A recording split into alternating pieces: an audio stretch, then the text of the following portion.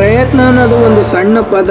ಆ ಪದನ ನಮ್ಮ ಕನ್ಸು ನಮ್ಮ ಗುರಿಯಲ್ಲಿ ಸೇರಿಸ್ಕೊಂಡ್ರೆ ನಮ್ ಲೈಫ್ ಅಲ್ಲಿ ಸಕ್ಸಸ್ಫುಲ್ ಆಗೋದ್ರಿಂದ ಯಾರು ತಡೆಯಕ್ಕಾಗಲ್ಲ. ಯಾಕಂದ್ರೆ ವಿರಾಟ್ ಕೊಹ್ಲಿ ಏನಾದ್ರು ಅವನ ಬ್ಯಾಟಿಂಗ್ ಇಂದ ಪದೇ ಪದೇ ಫೇಲ್ಯೂರ್ ಆದಾಗ ಅವನೇನಾದ್ರೂ ಮತ್ತೆ ಪ್ರಯತ್ನ ಪಡದೆ ಇದ್ದಿದ್ರೆ ಇವತ್ತು ಜಗತ್ತಿನ ಬಾಯಲ್ಲಿ ಒಬ್ಬ ರನ್ ಮೆಷಿನ್ ಚೇಸ್ ಮಾಸ್ಟರ್ ಅಂತ ಕರೆಸ್ಕೊಳಕ್ ಆಗ್ತಿರ್ಲಿಲ್ಲ. ಒಂದ್ ವೇಳೆ ರಾಕಿಂಗ್ ಸ್ಟಾರ್ ಯಶ್ ಏನಾದ್ರು ಬರೀ ಟಿವಿ ಸೀರಿಯಲ್ ಅಲ್ಲಿ ಆಕ್ಟ್ ಮಾಡ್ಕೊಂಡು ದೊಡ್ಡ ಸ್ಟಾರ್ ಆಗ್ಬೇಕು ಅಂತ ಆಸೆ ಪಟ್ಟು ಅವನೇನಾದ್ರೂ ಪ್ರಯತ್ನ ಪಡದೆ ಇದ್ದಿದ್ರೆ ಇವತ್ತು ಜಗತ್ತಿನ ಬಾಯಲ್ಲಿ ರಾಕಿ ಬಾಯ್ ಅಂತ ಕರೆಸ್ಕೊಳಕ್ ಆಗ್ತಿರ್ಲಿಲ್ಲ. ಮತ್ತೆ ಅಂಬಾನಿ ಏನಾದ್ರು ಬರೀ ಪೆಟ್ರೋಲ್ ಬಂಕ್ ಅಲ್ಲಿ ಕೆಲಸ ಮಾಡ್ಕೊಂತ ನಾನ್ ಮುಂದೆ ದೊಡ್ಡ ವ್ಯಕ್ತಿ ಆಗ್ತೀನಿ ಅಂತ ಅನ್ಕೊಂಡು ಅವನೇನಾದ್ರೂ ಪ್ರಯತ್ನ ಪಡದೆ ಇದ್ದಿದ್ರೆ ಇವತ್ತು ಇಂಡಿಯಾದ ರಿಚೆಸ್ಟ್ ಪರ್ಸನ್ ಆಗ್ತಿರ್ಲಿಲ್ಲ. ನಮ್ ಲೈಫ್ ಅಲ್ಲಿ ನಾವ್ ಏನೇ ದೊಡ್ಡದಾಗಿ ಮಾಡ್ಬೇಕು ಅನ್ಕೊಂಡ್ರು ಅದ್ ಯಾವತ್ತೂ ಆಗಲ್ಲ. ಅಲ್ಲಿ ನಮ್ಮ ಪೂರ್ತಿ ಪ್ರಯತ್ನ ಅನ್ನೋದು ಆಗ್ತೆ ಹೋದ್ರೆ ಒಂದ್ ಮಾತು ಹೇಳ್ತೀನಿ, ನೀಟಾಗಿ ಕೇಳಿಸ್ಕೊಳ್ಳಿ. ನಮ್ ಲೈಫ್ ಅಲ್ಲಿ ಗೆಲುವು ಸೋಲು ಇದ್ದಿದ್ದೆ, ಆದ್ರೆ ಪ್ರಯತ್ನ ಪಡಿ. ಸೋತ್ರೆ ಅದರಿಂದ ಅನುಭವ ಸಿಗುತ್ತೆ, ಆದ್ರೆ ಗೆದ್ರೆ ನಿಮ್ ಲೈಫ್ ಸಕ್ಸಸ್ಫುಲ್ ಆಗುತ್ತೆ. ದೊಡ್ಡವರು ಸುಮ್ನೆ ಹೇಳಿಲ್ಲ, ಪ್ರಯತ್ನಂ ಸರ್ವಸಿದ್ಧಿ ಸಾಧನಂ ಅಂತ.